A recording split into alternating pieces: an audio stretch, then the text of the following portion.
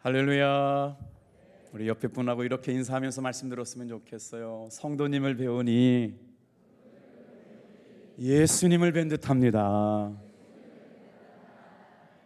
예수님 안에서 좋은 일이 일어나기를 축복합니다. 할렐루야. 오늘 저는 우리가 예수를 믿는 이유에 대한 이야기를 함께 말씀에 나누면서 히브리서 8장 말씀을 함께 나누려고 그래요. 저희 교회는 5월 달까지 한 8주 동안 새 생명 축제라고 해서 내 인생의 가장 소중한 분들을 초대해서 함께 내가 만난 예수님을 소개하는 행축이라고 하는 프로그램을 8주 동안 진행했는데요. 지난주 무비데이에 14분이 오시고 어제 VIP들이 14분이 오셨는데 오늘 이곳에 예수님 믿겠다고 오신 분들이 계시네요. 여러분 정말 하나님께서 사랑하시고 그 이름을 생명책에 기록해 주실 줄로 믿습니다. 우리가 인생을 살면서 궁금했던 것이 하나 있었는데 이 질문은 아주 오래된 질문이었습니다. 하나님은 존재하는가?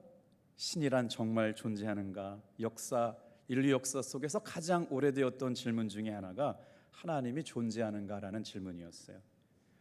최근에 눈부시게 발전하고 있는 뇌과학 분야가 아주 굉장히 조명받고 있는 영역이 바로 뇌과학 분야인데요.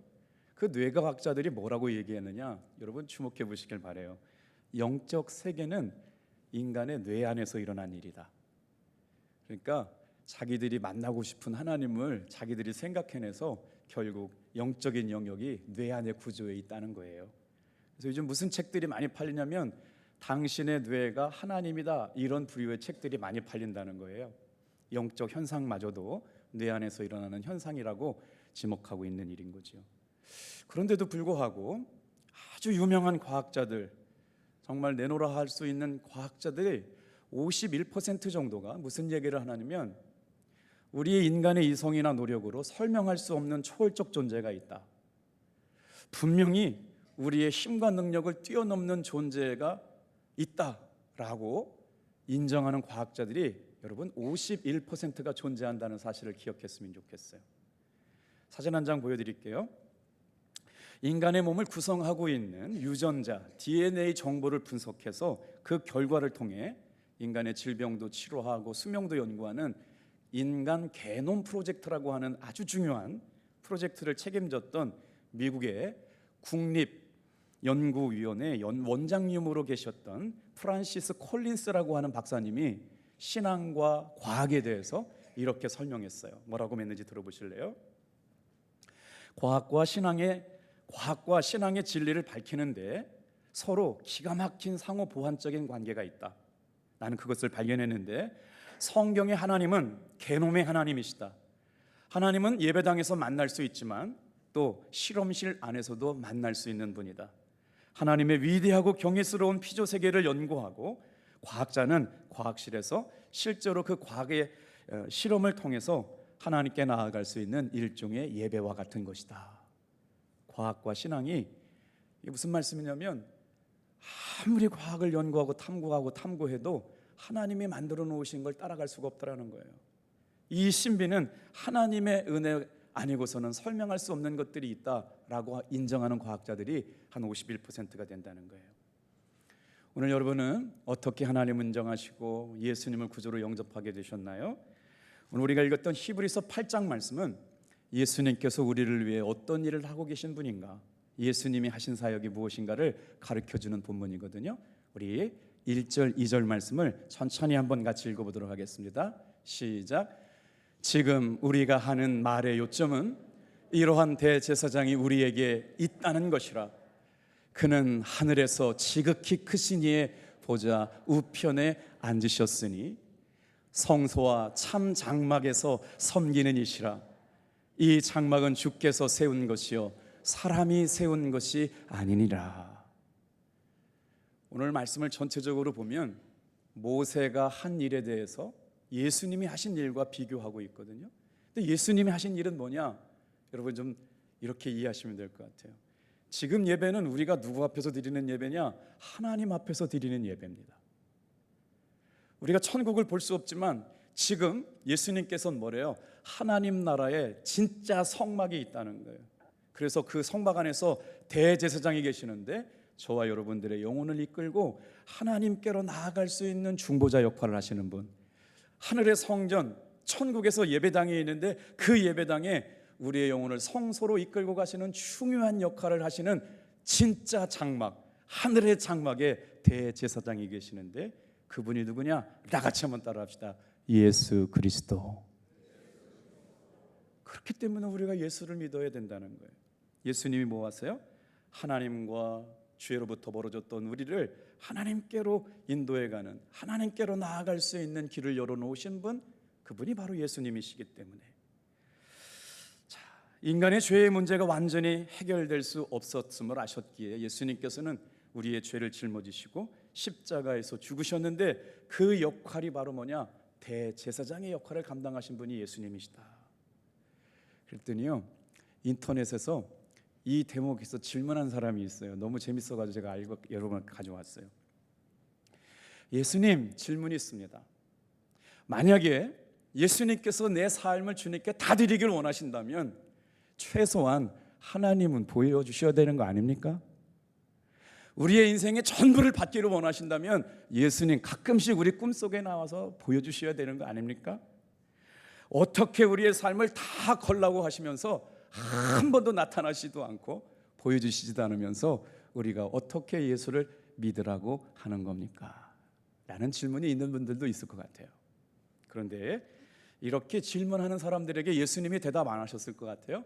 예수님께서 대답해 주셨어요. 마태복음 5장 8절입니다. 우리 같이 한번 읽어볼게요. 시작. 마음이 청결한 자는 복이 있나니 그들이 하나님을 볼 것이며.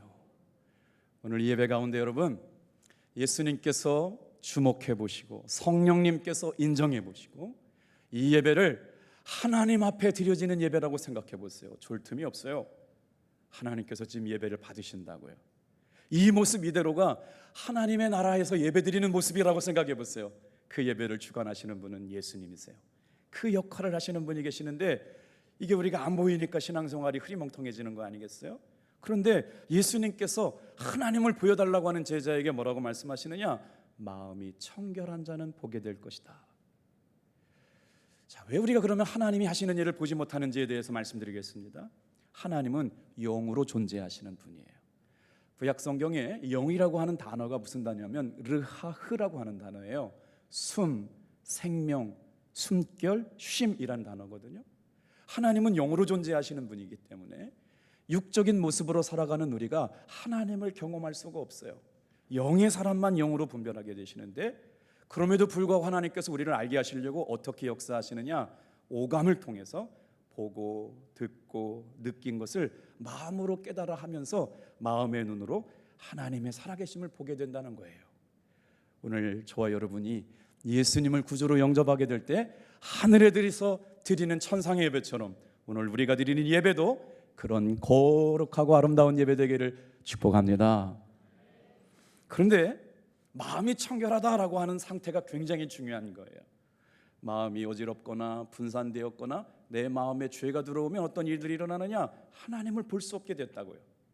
그래서 마음이 청결하다라고 하는 말은 본래적인 의미가 한번 중요하니까 따라해 보겠어요? 무언가 집중되어 있다. 그러니까 하나님을 보고 예수님을 경험하고 성령님을 경험하는 사람은 어떤 사람이냐? 예수님께 초점 맞춰진 사람이에요. 찬양대가 은혜로운 찬양을 위해 뭘 해요? 예수님께 집중되어 있으면 돼요. 다른 것 생각하지 않고요. 예배를 드리고 있는 성도들이 어디에 집중되어 있으면 주님을 만날 수 있느냐? 예수님의 십자가, 예수님이 하신 일에 집중되어 있으면 하나님의 은혜를 경험할 수 있게 되어 있어요. 무언가 집중되어 있는 상태가 여러분 마음이 청결하다는 상태예요. 오늘 이 시간 저와 여러분의 모든 성도들의 마음이 하나님의 은혜에만 집중되어 있기를 축복합니다. 그래서 살아계신 하나님의 은혜를 생생하게 경험했던 사람이 있어요. 사도 바울의 고백입니다. 로마서 1장 20절 말씀은 우리 큰 목소리를 같이 읽어볼게요. 시작. 창세로부터 그의 보이지 아니하는 것들 곧 그의 영원하신 능력과 신성이 그가 만드신 만물에 분명히 보여 알려졌나니 그러므로 그들이 핑계하지 못할지니라. 하나님 어디 있어? 하나님을 믿느니 내 주먹을 믿어라. 하나님 믿으면 밥이 나오냐 떡이 나오냐. 우리 전도할 때 수없이 많이 들었던 얘기예요. 그런데 여러분, 부인할 수 없도록 하나님께서 뭐라고 말씀하셨다고요? 내 삶의 형편과 환경에 꼭 이해할 수 있도록 하나님께서 그의 영원한 능력과 신성이 그가 만드신 창조하신 모든 삶의 영역 가운데 보여주셨다는 거예요. 그러므로 저와 여러분의 삶에 하나님이 하시는 일들을 보고 이 땅에서 예수 믿을 수 있는 증거가 되는 이들이 많아지게 되기를 축복합니다.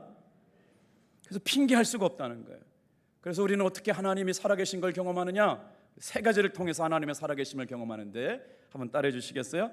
창조하신 하나님의 세상을 보고,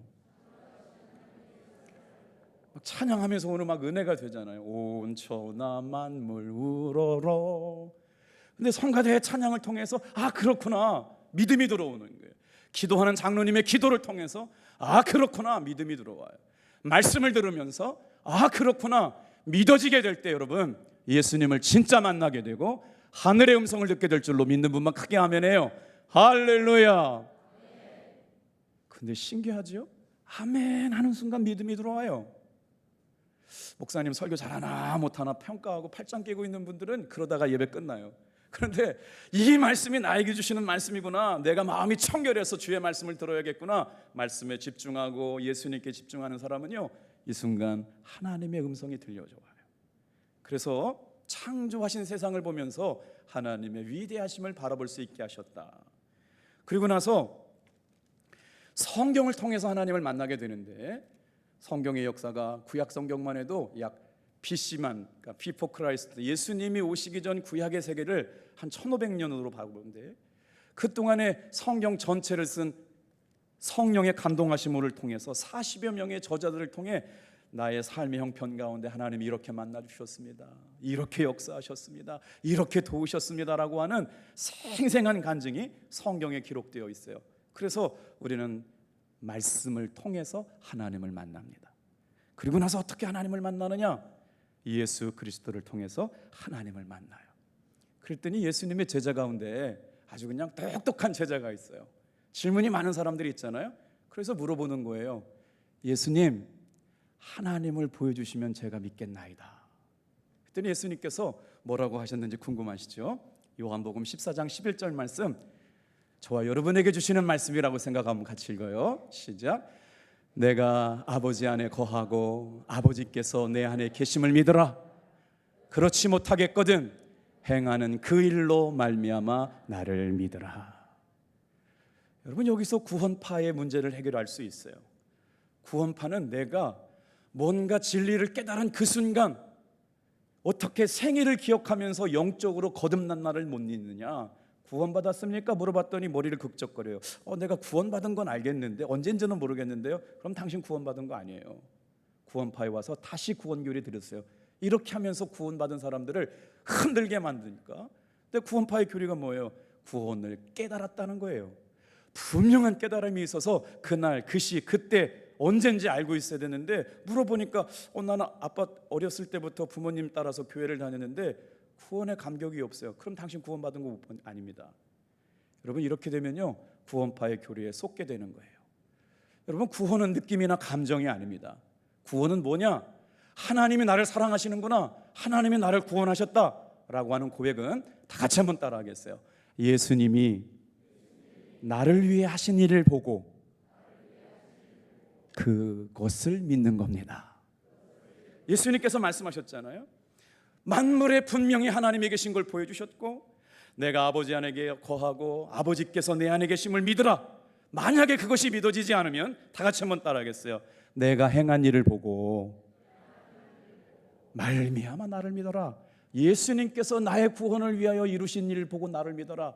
그러니까 여러분, 예수님께서 나를 위해 십자가를 치셨구나, 피 흘리셨구나, 죽으시고 부활하셨구나라가 믿어지면 여러분, 예수님께서 나를 구원하셨다, 나의 영혼을 책임지셨고 내 삶이 변화되었구나, 나는 하나님의 자녀가 되었구나, 하나님의 거룩한 백성이 되었구나 깨달을 수 있는 여러분 되길 바랍니다.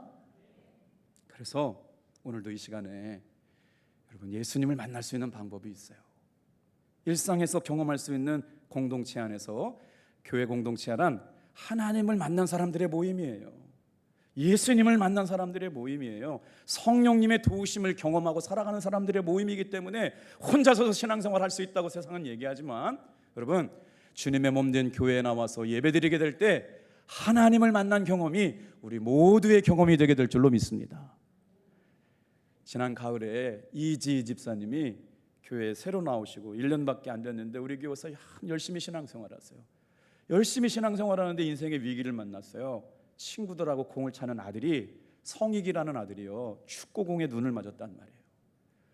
아주 그냥 얼마나 세게 맞았는지 병원에서도 다 실명된다고 얘기했어요. 우리 작년 호렙산 기도회 때 기억나시잖아요. 그래서 저도 그렇잖아요. 정말 젊은 집사님이 교회에 오셔가지고 열심히 신앙생활하는데 하나님 왜 그렇게 가정에 어려운 일을 주셨냐. 이제 중학교 3학년 아이가 눈에 공을 맞아서 실명된다는데 안 보인다는 거예요. 밤마다 운다는 거예요, 아들이. 그래서 기도 제목이 올라왔어요. 하나님, 목사님, 중보기도국에다 얘기해서 우리 아들 시력 좀 보호받게 해달라고. 그리고 나서부터 기도가 되고 호렙산 기도가 시작돼서 몇 주 안 가서 그 보이지 않다고 날마다 울던 아들이 하나님의 은혜로 여러분 볼 수 있게 된 줄로 믿습니다. 이게 우리 교회가 가진 간증이거든요. 그런데 그 아이가 어제 자기 친구 2명을 전도해 왔어요. 나가면서 그러더라고요. 내일부터 교회 다니겠대요. 좋은 일인데 아멘이 이렇게 작아요. 할렐루야. 그 여동생 수연이가 친구를 2명을 전도해 왔어요. 왜 왔냐 그랬더니 이 아이들은 내 인생의 2번째 가족이래요. 그래가지고 전도를 했는데 어제 새가족 VIP 해피브리지가 좋았나 봐. 오늘부터 교회 나온다고 그러는데 막 내려가고 막 확인해주고 싶어요. 여러분, 우리 교회 안에도 예수님의 은혜, 하나님의 살아계심을 경험하는 역사가 지금도 일어나는 줄로 믿습니다. 그러니까요, 여러분 와서 함께 신앙생활 해주세요. 명지대학교 전기공학과를 졸업하고 평범한 신앙생활을 하고 일상생활을 살던 석창우 화백이라고 하는 분이 계시는데, 저분이 1984년에 일을 하다가 세상에 전기에 감전됐는데요, 어떻게 안타까운 일들이 일어났어요. 우리 김상훈 장로님이 한전의 이제 소장님이신데 29,000볼트가 제가 어떻게 되어 있냐 그랬더니 정확하게 알려주셨거든요. 변압기까지 와 있는 전기가 29,000볼트예요. 그러니까 29,000볼트, 뭐 저는 200볼트밖에 모르는데 29,000볼트가 뭔지 몰랐는데 29,000볼트 전봇대에 와 있는 그 변압기에서 일하다가 사고가 났는데 세상에 감전 사고가 나가지고 2팔이 날아가 버렸어요. 전기가 관통해서 나가면서 발가락 2개를 치고 나가가지고요, 살기는 살았지만 목숨은 부지했지만 2팔을 잃어버리고 발가락을 잃어버렸어요.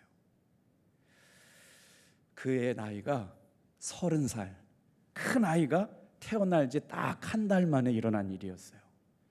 그분이 중앙일보에 인터뷰를 했어요.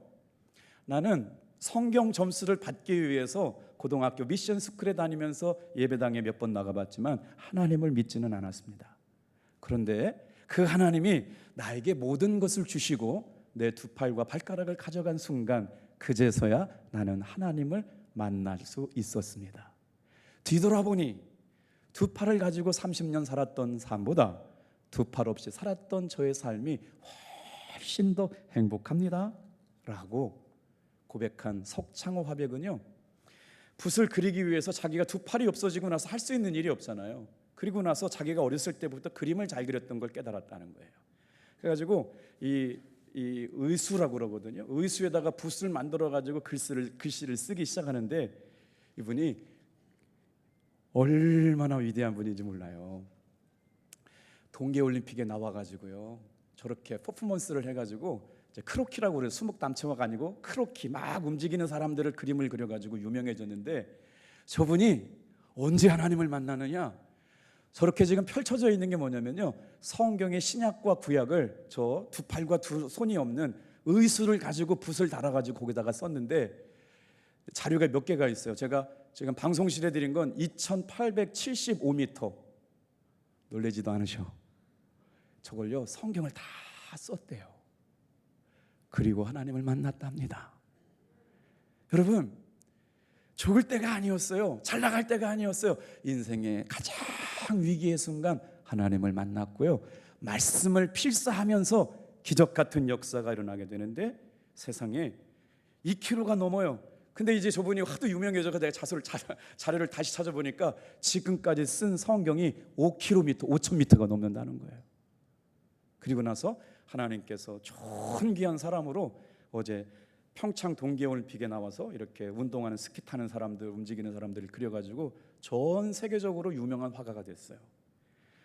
사랑하는 성도 여러분, 세상 사람들은 두 팔이 잘리고 발가락 잘리면 예수 믿는 사람이 저주받았다고 얘기하지만 예수 믿는 사람들은요, 그 상황에도 하나님이 열어놓으실 새로운 길을 찾아가는 사람들인 줄로 믿습니다. 그렇기 때문에 포기하지 않아요. 두려워하지 않아요. 낙심하지 않습니다.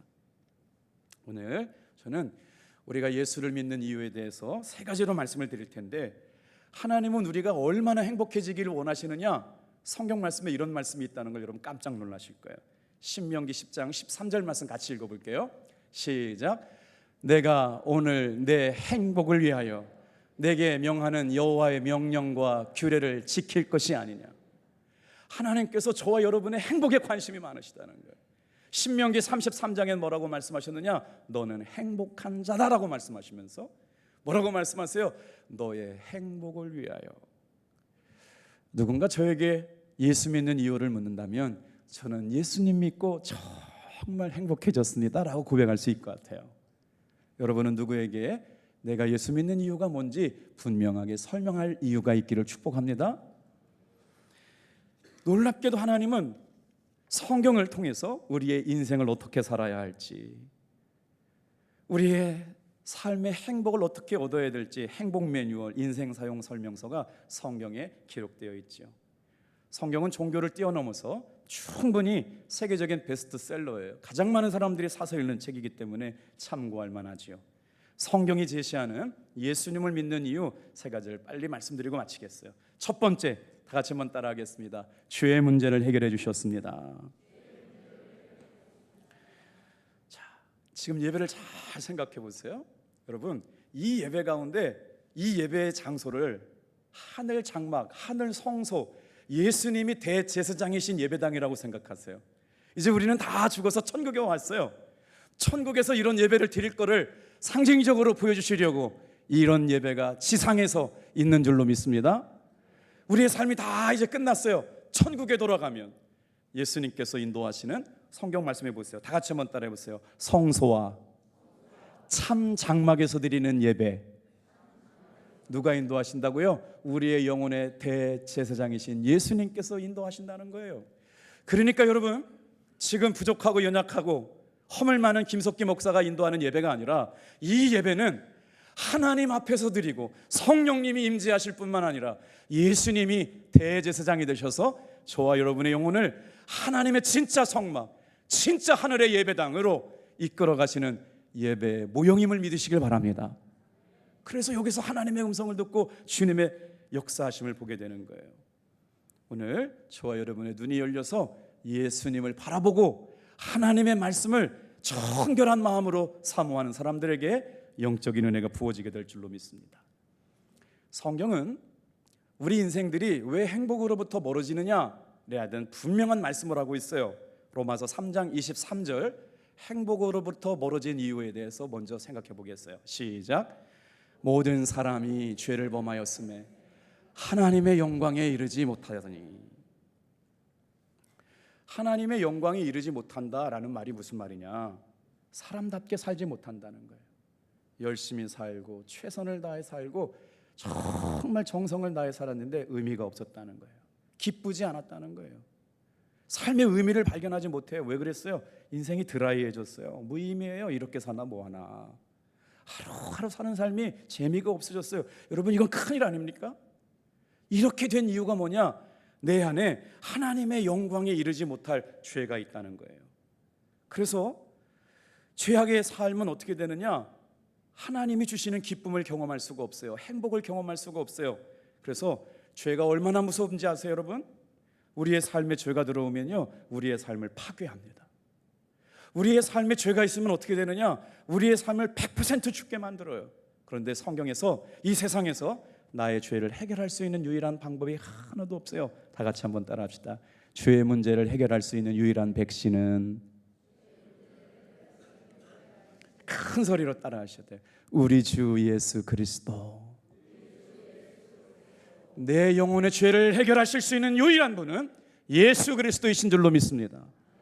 그때 행복해진다는 거예요. 그때 진정한 참된 행복을 누게 된다는 거예요. 죄에 노출된 인간의 삶의 연약함과 한계성, 끊임없이 육적 자아는 죄를 추구하려고 살아가요. 환경과 조건과 때만 맞으면 육적 자아는 죄 지으려고 만들어요. 그런데 그 죄가 내 안에 있으면 내 삶을 파괴하고 전혀 행복하지 못하게 만들어요. 그래서 뭐라고요? 죄로부터 구원하시기 위하여 구원자가 오셔야 되는데, 자, 히브리서 9장 17절 말씀 같이 한번 읽어볼게요. 시작. 한 번 죽는 것은 사람에게 정한 것이요 그 후에는 심판이 있느니라. 여러분, 성경 말씀을 이렇게 잘 따라오셔서 감사해요. 하나님이 심판하시는데 뭘 심판하세요? 우리 심판에 대해서 너무 많이 들었는데, 하나님이 심판하는데 심판의 기준이 뭐예요? 내 삶에 죄악이 있냐고요. 하나님 앞에 나아갈 수 있는 자격을 얻는 건 의로운 사람이거든요. 의로워져야 돼요. 어떻게 의로워져요? 예수님의 피의 공로를 믿는 사람만 의로워져요. 예수님이 나의 영혼을 위한 대제사장이신 것을 믿는 사람만 의로워지는데, 하나님이 천국과 지옥을 심판하시는데 심판의 기준이 뭐냐? 죄를 심판하시는 거예요.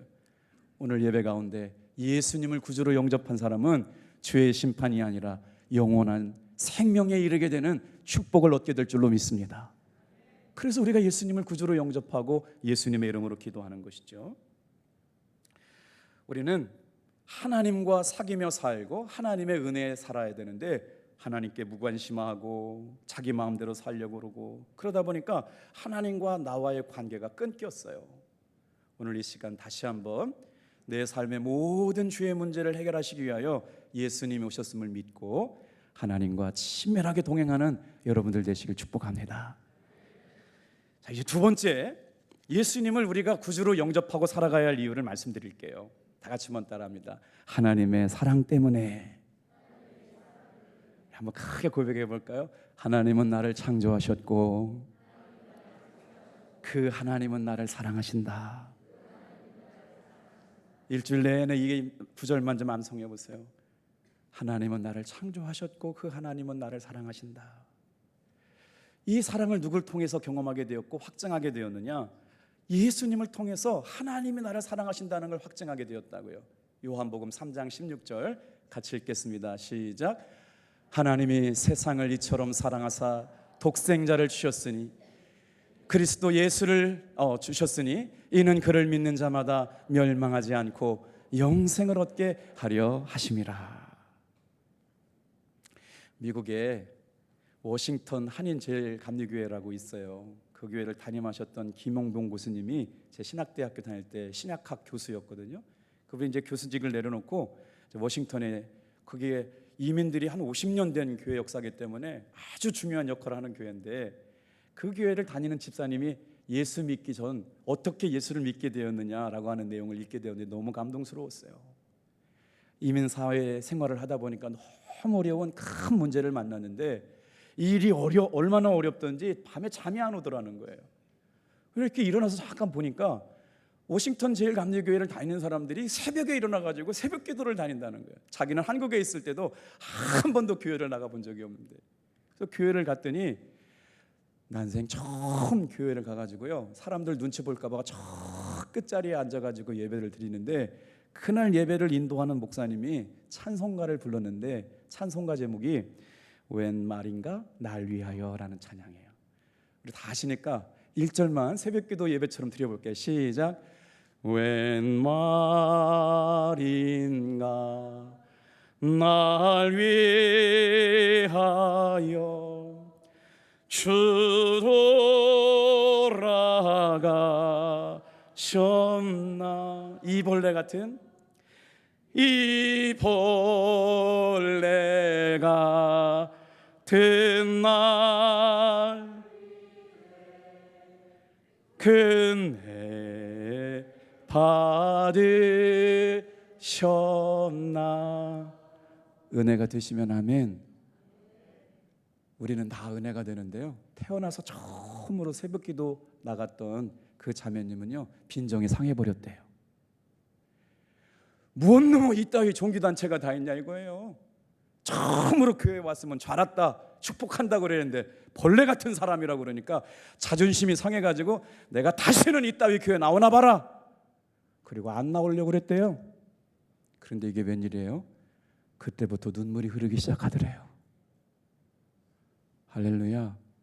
이걸 뭐라고 그러냐면요, 불가항력적인 은혜라고 그래요. 이 시간에 논리로 설명이 되지 않지만, 이해가 되지 않지만 성령께서 깨닫게 하시고 알게 하시는 예수님이 구주가 되심을 믿어지는 역사가, 여러분 예수님을 나의 주님으로 왕으로 모시게 되는 그 은혜를 통하여 이루어지게 될 줄로 믿습니다. 제가 형제가 5이었어요. 저희 어머니 아버지가요 위트가 되게 많으셨어요. 그래서 제가 사춘기 시절에 굉장히 큰 혼란을 겪었던 사건이 있었어요. 지금도 생각해보면 큰 충격이었는데, 오늘 아버지 친구가 미국에 가셔가지고 큰 돈을 벌으셨는데 고향에 오셨어요. 근데 그 아버님 친구분이 돈은 많이 벌었는데 아들이 없대요. 그래서 엄마하고 아버지하고 상의하셨대.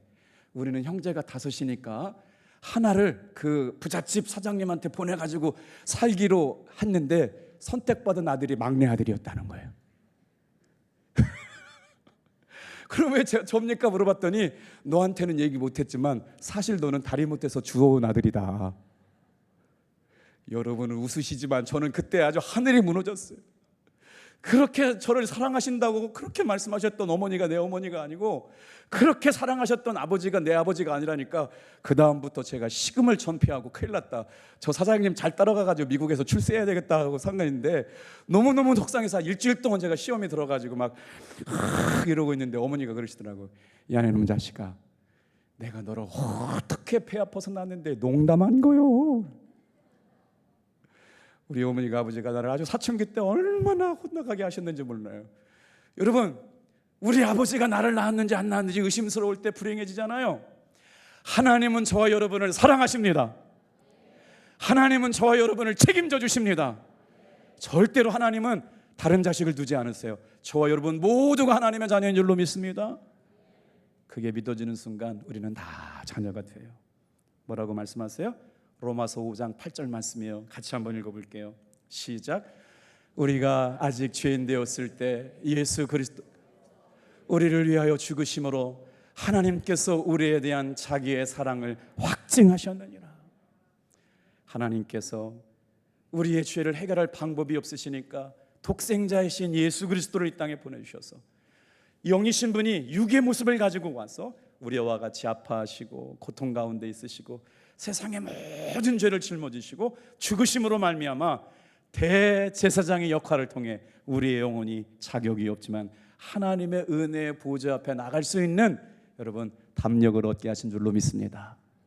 이분이 예수님이세요. 그래서 이제 첫 번째, 우리가 죄의 문제를 해결하여 주셨다라고 하는 믿음의 고백 때문에 예수를 믿고 하나님이 나를 사랑하신다라고 하는 것을 보여주신 확증의 예수님이시고, 다 같이 한번 따라해 보겠어요. 세 번째, 예수를 믿는 이유 같이 읽어볼게요. 시작. 예수님을 나의 주님으로 모실 때 일어나는 삶의 변화 때문입니다. 이제 여러분 결단하셔야 되는데, 예수님을 내 삶의 주인으로 받아들이고 영접하고 왕으로 모시고 살아가게 될 때, 예수님을 진짜 믿음으로 고백하게 될 때 어떤 삶의 변화를 약속해 주셨느냐, 성경의 말씀대로 우리가 믿음을 가져야 돼요. 한번 볼게요. 요한복음 1장 12절 말씀입니다. 시작. 영접하는 자 곧 그 이름을 믿는 자들에게는 하나님의 자녀가 되는 권세를 주셨으니. 우리가 1월 달부터 3개월 동안 예수님의 이름의 능력에 대해서 배웠어요. 여러분, 예수님의 이름을 믿으면 어떤 역사가 일어나느냐? 하나님을 아버지라고 부르게 되고, 하나님을 아버지라 부르는 순간 하나님이 나를 자녀처럼 돌보시고 책임지시고 인도하시는 은혜 가운데 역사가 일어날 줄로 믿습니다. 누구도 해줄 수 없는 일이에요. 하나님께서 나의 아버지가 되시고 나를 보호하시고 나를 책임져 주시는 것이죠. 영접한다는 말은 받아들인다, 믿는다라고 하는 거예요. 예수님이 십자가를 지신 사건은 다른 사람을 위한 것이 아니라 나를 위한 사건이라고 고백하게 된다는 거죠. 오늘 이 시간에도 여러분, 예수님이 내 삶의 주인인 것을 받아들이게 될 때 어떤 큰 변화가 일어나고 얼마나 큰 역사가 일어나는지 여러분 어떻게 돼요? 내가 하나님의 자녀다, 하나님이 나를 사랑하신다 라고 깨달아지면 엄청난 삶의 변화가 일어날 줄로 믿습니다. 삶의 돌파가 일어나요. 행복해져요. 그래서 어떤 변화가 일어나면 세 가지 변화가 일어나는데 같이 한번 따라해 보겠습니다. 신분의 변화가 일어나고 온갖 저주와 고통의 결박이 자유케 됩니다. 사망의 권세로부터 해방됩니다. 자, 요한 1서 3장 8절 말씀을 같이 한번 읽겠습니다. 시작. 죄를 짓는 자마다 마귀에게 속하나니 마귀는 처음부터 범죄함이라. 하나님의 아들이 나타나신 것은 마귀의 일을 멸하려 하심이라. 예수님을 영접하면 마귀가 하는 일을 여러분 하나님께서 박살내 주실 줄로 믿습니다. 예수님이 그렇게 하시려고 내 삶의 주인이 되신다는 거예요. 사진 한 장 보여드리고 해석하고 마칠게요. 예수님께서 저와 여러분의 마음을 놓고 하세요. 그런데 저 그림에는요, 문을 여는 물고리가 없어요. 예수님은 절대로 내 마음에 강제적으로 찾아오셔서 여는 분이 아니에요. 누가요? 예수님의 음성을 듣고 그 안에 있는 사람이 문을 열어줘야만 예수님께서 내 마음에 들어와 주인이 되세요. 여러분 이 시간 결단하시길 바라요. 여러분 선택하시길 바라요. 예수님이 내 삶의 자녀가 되면, 내 삶의 주인이 되면 어떤 역사가 일어나느냐. 요한계시록 3장 20절 읽고 마쳐요. 시작. 볼지어다 내가 문 밖에 서서 두드리노니 누구든지 내 음성을 듣고 문을 열면 내가 그에게로 들어가 그와 더불어 먹고 그는 나와 더불어 먹으리라. 하늘의 참 성막, 진짜 장막에서 대제사장의 역할을 하시는 분이 내 삶에 들어오셔서 나와 함께 먹고 나와 동행하시는 놀라운 사귐이 시작된다는 거예요. 이제 우리가 처음 예수 믿었던 마음으로 다시 한번 화면을 보시고 영접 기도로 우리의 신앙을 고백해 보겠어요. 같이 고백합니다. 시작. 주 예수님, 나는 주님을 믿고 싶습니다. 십자가의 죽으심으로 내 죄값을 담당해 주시니 감사합니다. 지금 나는 내 마음의 문을 열고 당신을 나의 구주, 나의 하나님으로 영접합니다. 나의 죄를 용서해 주시고 영생을 주시니 감사합니다. 나를 다스리시고 나를 주님이 원하는 사람으로 만들어 주시옵소서. 예수님의 이름으로 기도합니다. 기도하겠어요.